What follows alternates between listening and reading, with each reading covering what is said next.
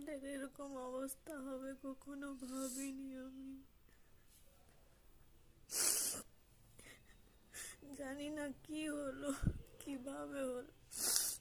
একবার দেখে নাও সবাই আমার ছেলের মাথাতে কি অবস্থা হয়েছে, একবার দেখে নাও প্লিজ সবাই। ভিডিওটা কেউ স্কিপ করো না কিন্তু, একবার দেখে নাও। মাথাতে হাত দিলেই যেন আঙুলটা ঢুকে যাচ্ছে, একদম মাথাটা নরম তুলতুল হয়ে গেছে। আমি বুঝতে পারছি না এরকম কিভাবে হলো, কোথাও লাগেনি কিছু না।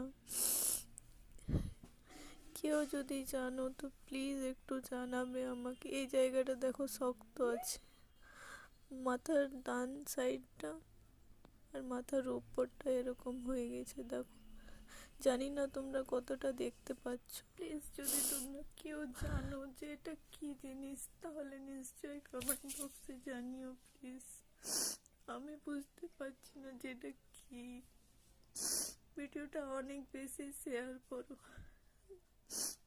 যেন আমি জানতে পারি জিনিসটা কি। আজকে ডাক্তার বসবে না যেহেতু, সেজন্য আমাদের যাওয়া হচ্ছে না।